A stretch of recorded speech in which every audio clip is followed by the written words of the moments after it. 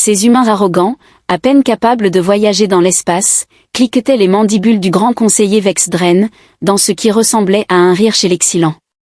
Ils croient vraiment qu'ils méritent une place au Conseil galactique. Je me déplaçais inconfortablement dans mon armure cérémonielle, observant les êtres les plus puissants de l'univers connu se moquer de nos potentiels nouveaux alliés. En tant qu'amiral Quexalon de la 7e flotte frontalière, j'avais passé suffisamment de temps à étudier l'histoire humaine pour ressentir une pointe d'inquiétude face à l'idée de les sous-estimer. Mais qui étais-je pour remettre en question la sagesse du Conseil ? Silence, je vous prie, intervint la chancelière suprême NRATHX, sa voix cristalline résonnant dans l'acoustique parfaite de la salle. Ses marques bioluminescentes pulsaient d'un amusement à peine contenu. Nous devons maintenir le décorum en discutant de notre réponse à la pétition de la Terre pour une adhésion complète. La salle du Conseil était suspendue dans le vide spatial, ses murs transparents offrant une vue sur la nébuleuse violette qui tourbillonnait au loin. 12 représentants des civilisations les plus avancées de la galaxie étaient assis autour de la table à verrou quantique, chacun représentant une espèce qui avait maîtrisé le voyage supraluminique des millénaires avant que les humains ne découvrent le feu. Peut-être, gronda l'ambassadeur Krell depuis son bain de méthane, devrions-nous leur offrir un geste de bonne volonté. Le traducteur du massif alien respirant du gaz avait du mal à suivre son discours bouillonnant. Montrons-leur à quel point le Conseil peut être généreux envers les espèces en développement. Les yeux composés du grand conseiller Dren brillèrent. Une excellente suggestion. Amiral Zalon, n'avez-vous pas ce vaisseau de classe Dreadnought désaffecté qui occupe de l'espace dans le chantier de la flotte frontalière ? La lance stellaire. Mon thorax se resserra.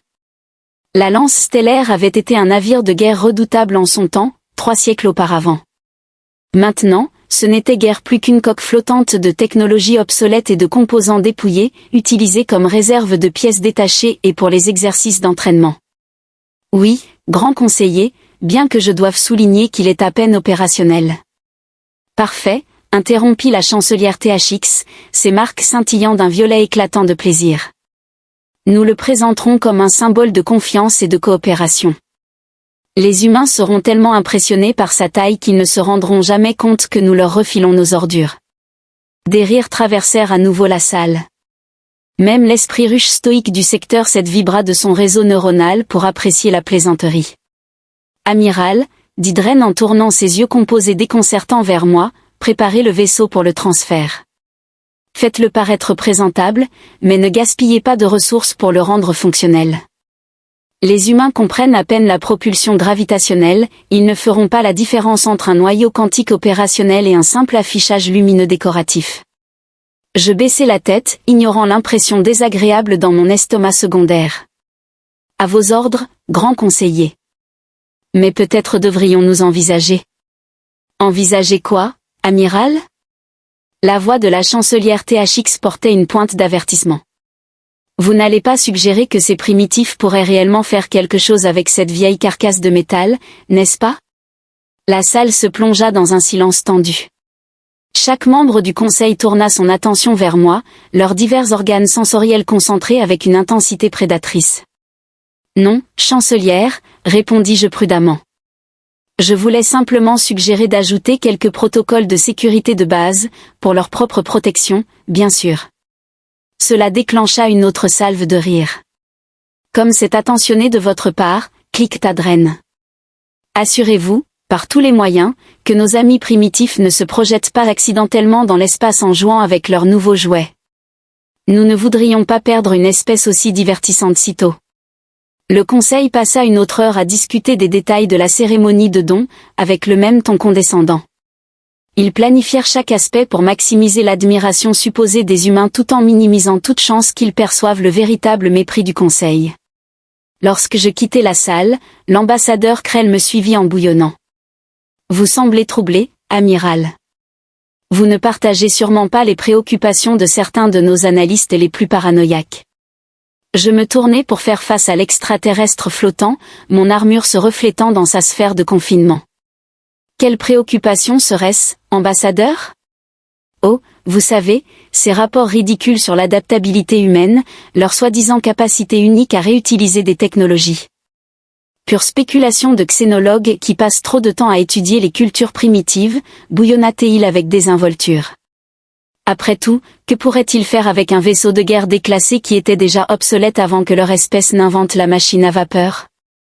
Rien, bien sûr, répondis-je doucement. Quoique, il y ait cette expression humaine au sujet des déchets d'une espèce. Ah, oui, leur dicton pittoresque, les bulles de Krell formèrent des motifs d'amusement.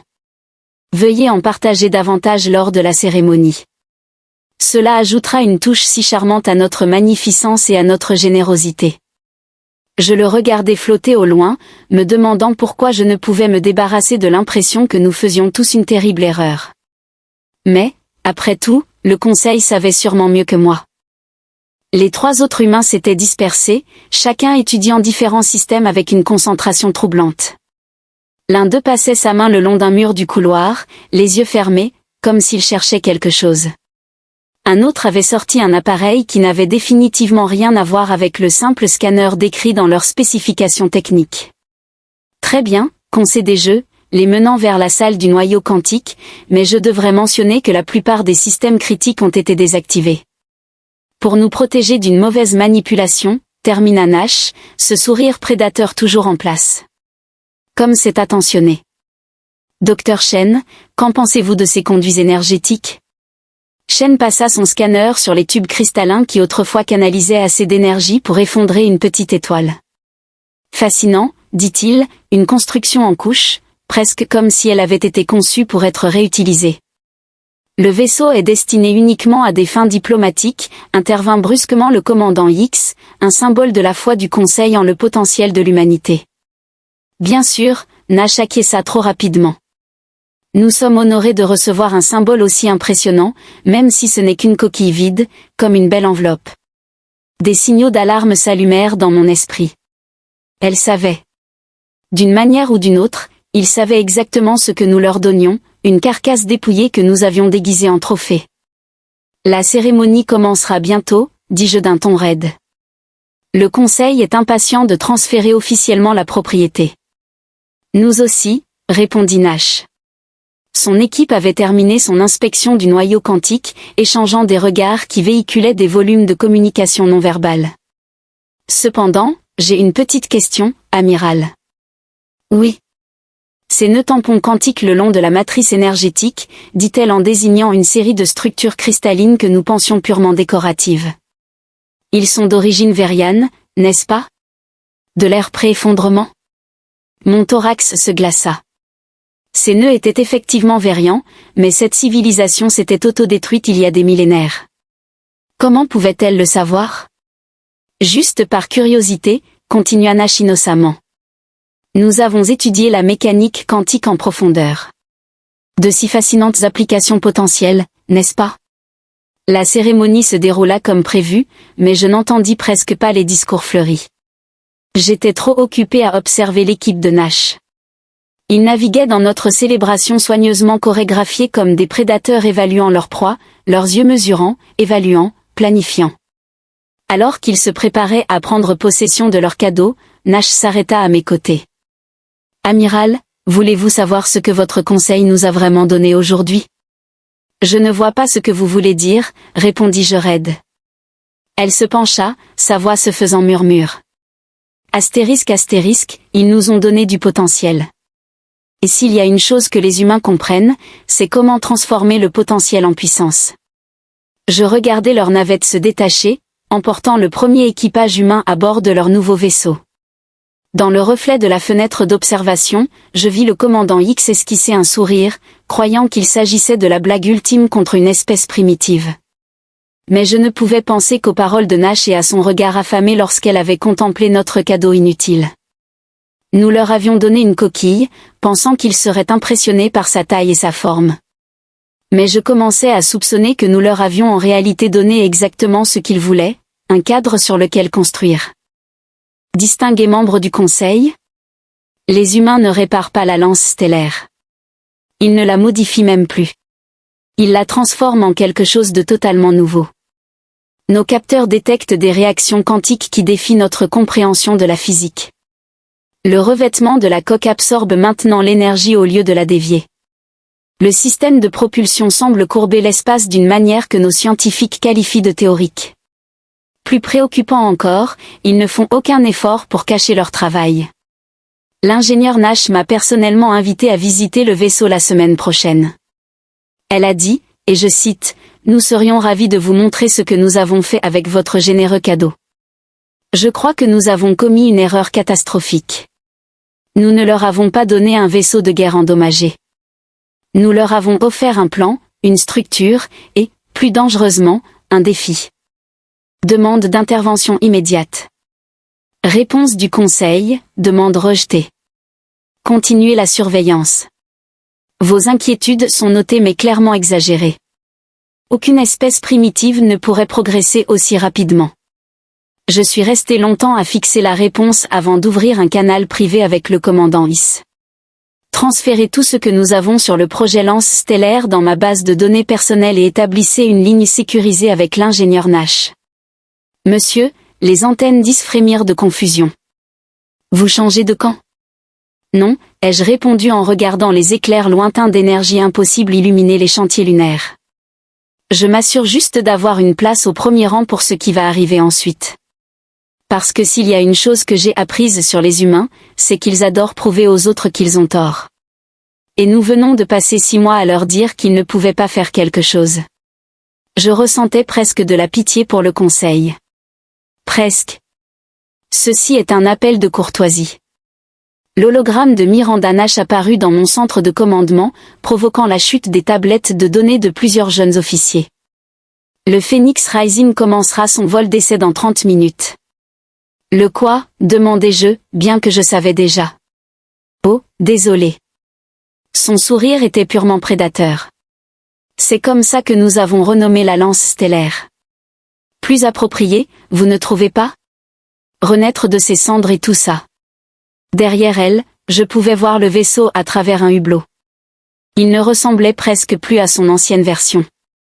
La coque grise terne était maintenant ornée de motifs ondulants qui faisaient mal aux yeux. Des lignes d'énergie pulsante traçaient sa longueur comme des veines lumineuses. Ingénieur Nash, le Conseil n'a pas autorisé. Nous ne demandons pas d'autorisation, amiral, répondit-elle calmement. Nous vous informons simplement pour que personne ne s'inquiète et ne fasse quelque chose de stupide. Elle jeta un coup d'œil hors écran. Prêt, Dr. Chen? Tous les systèmes sont optimaux, répondit-il avec un ton excité. Le cœur ronronne comme un chaton. J'envoyais des alertes d'urgence à tous les vaisseaux militaires du secteur. Mes mains tremblaient tandis que je composais le message. Vaisseau inconnu en train de décoller des chantiers lunaires. Capacités inconnues. Maintenez une distance de sécurité. Le Phoenix Rising quitta l'orbite avec une grâce impossible. Pas de brûlure sur la coque, pas de panache massif des moteurs. Il avait simplement décidé d'être ailleurs. Par le vide? Murmura le commandant Is. Comment font-ils cela? Attention à tous les vaisseaux, la voix de Nash résonna sur toutes les fréquences. Nous allons effectuer une série de tests de manœuvre. Veuillez maintenir vos positions actuelles. Mon écran tactique s'illumina lorsque 15 croiseurs de patrouille se mirent en route pour intercepter. Le Conseil commençait enfin à prendre cela au sérieux. Je voulais les avertir, leur dire de rester à l'écart, mais je ne pouvais pas détacher mes yeux du Phénix. Le premier test commença innocemment. Une simple course d'accélération. Sauf qu'ils parcoururent la distance entre la Terre et Mars en moins de 3 minutes. Ce n'est pas possible, déclara notre officier en physique, avant de s'évanouir. Le deuxième test démontra leur nouvelle coque. 3 croiseurs de patrouille tirèrent des coups de semonce. Les armes énergétiques disparurent simplement dans ces étranges motifs ondulants. Pas déviés, pas absorbés, juste disparus. Des résultats fascinants, commenta Nash sur le canal ouvert. Vous voulez essayer quelque chose de plus puissant? Les croiseurs de patrouille ouvrirent le feu avec tout ce qu'ils avaient. Des armes de vaisseau capital capables de fissurer une petite lune. La coque du Phoenix Rising en buvait chaque goutte, les motifs ondulants devenant plus lumineux à chaque impact. Merci pour la donation d'énergie, dit Nash joyeusement. Maintenant, regardez ceci. Le vaisseau se divisa en 3 copies identiques, puis 5, puis 12. Nos capteurs ne pouvaient dire laquelle était réelle.